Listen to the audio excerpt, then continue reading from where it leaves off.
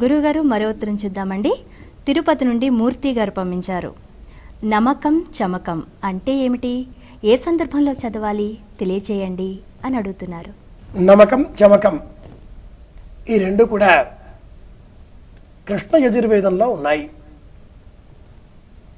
కృష్ణ యజుర్వేదం 8 కాండలు కాగా ఇందులో 4వ కాండలో 5వ ప్రపాఠకంగా నమకం ఉండగా 7వ ప్రపాఠకంగా చమకం ఉన్నది. సంపూర్ణ కృష్ణ యజుర్వేదంలో నమకము చమకము ఇవి రెండు కూడా నట్ట నడుమ మధ్యన ఉన్నాయి. వేదమంతా పారాయణం చేసిన ఫలం నమకం పారాయణం చేస్తే వస్తుంది. నిత్యము నమకం పారాయణం చేస్తే సంపూర్ణ వేదాన్ని పారాయణం చేసినట్లు అంటుంది సంప్రదాయం. అలాగే దానం తీసుకున్న ఏవైనా ఇతరులకు మేలు కలిగించే విధంగా తీవ్రమైన జపాలు చేసిన నమకం పారాయణం చేయాలి. నమస్తే రుద్రమన్యవ ఉతోత ఇషవే నమః, నమస్తే అస్తు ధన్వనే బాహుభ్యాముతతే నమః అంటూ నమకం ప్రారంభమవుతుంది.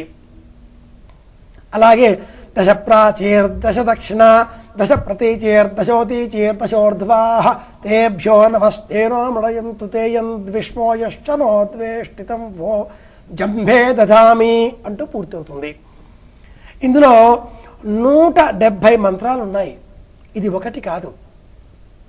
మళ్ళీ ఇందులో ప్రారంభంలో 30 ద్విరుక్తులు అంటే సూక్తములు 2 పాదములు ఉండగా ఆ పిమ్మట 42 ద్విర్నామములు అంటే ముందు చివర నామములు చెబుతూ ఆ పిమ్మట 140 ఏకనామములతో ఇలా అన్నీ ఉన్నవి నమకం.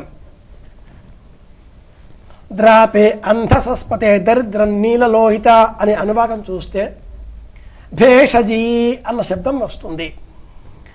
ఆయన వైద్యుడు, ఆయన ఔషధం. ఈశ్వరుడికి ఉండేటటువంటి సకల విధ రూపాలను ఈ నమకం వర్ణిస్తుంది. ప్రప్రథమంగా నమస్తే రుద్ర మన్యవ, మన్యు అంటే కోపము అని అర్థం.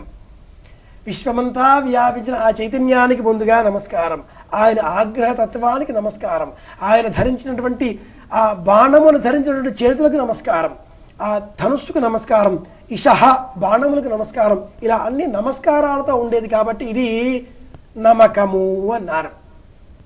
ఇందులో అన్ని నమస్కారాలు ఉంటాయి.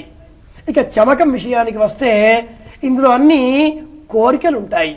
అగ్న విష్ణు సజోషసే మావర్ధంతు వాంగిర అని ప్రారంభమవుతుంది. ఇందులో అన్నీ కూడా మనకు కావలసినటువంటి సకల విధములైనటువంటి కోరికలు ఇందులో ఉన్నాయి. శ్యామాక ఆష్టమే నీవార ఆష్టమే, నీవారములు ధాన్య విశేషం. మనకి ఏమేం కావాలో, ఏవి తీసుకుంటే జీవితం వృద్ధి పొందుతుందో, ఏవి స్వీకరిస్తే ఈ జీవుడు ఉన్నత మార్గాలపై ప్రయాణిస్తాడో అవన్నింటి వరుస ఉంది కనుక ఇందులో చ చ చ అన్న పదం మాటి మాటికి వస్తుంది కనుక దీనిని చమకము అన్నారు. ఇలా నమకం చమకం కలిపి పారాయణం చేస్తే ఒక్క పారాయణం అవుతుంది. ఇలాంటివి 11 సార్లు చేస్తే అది రుద్రం అవుతుంది. అలాంటివి 11 చేస్తే అతిరుద్రం అవుతుంది. అలాంటివి 11 చేస్తే మహారుద్రం అవుతుంది. రుద్రంతో శివుడిని అభిషేకం చెయ్యాలి, అందుకు వినియోగిస్తారు. ధర్మ సందేహాలు కార్యక్రమంలో ఇప్పుడు ఒక చిన్న విరామం.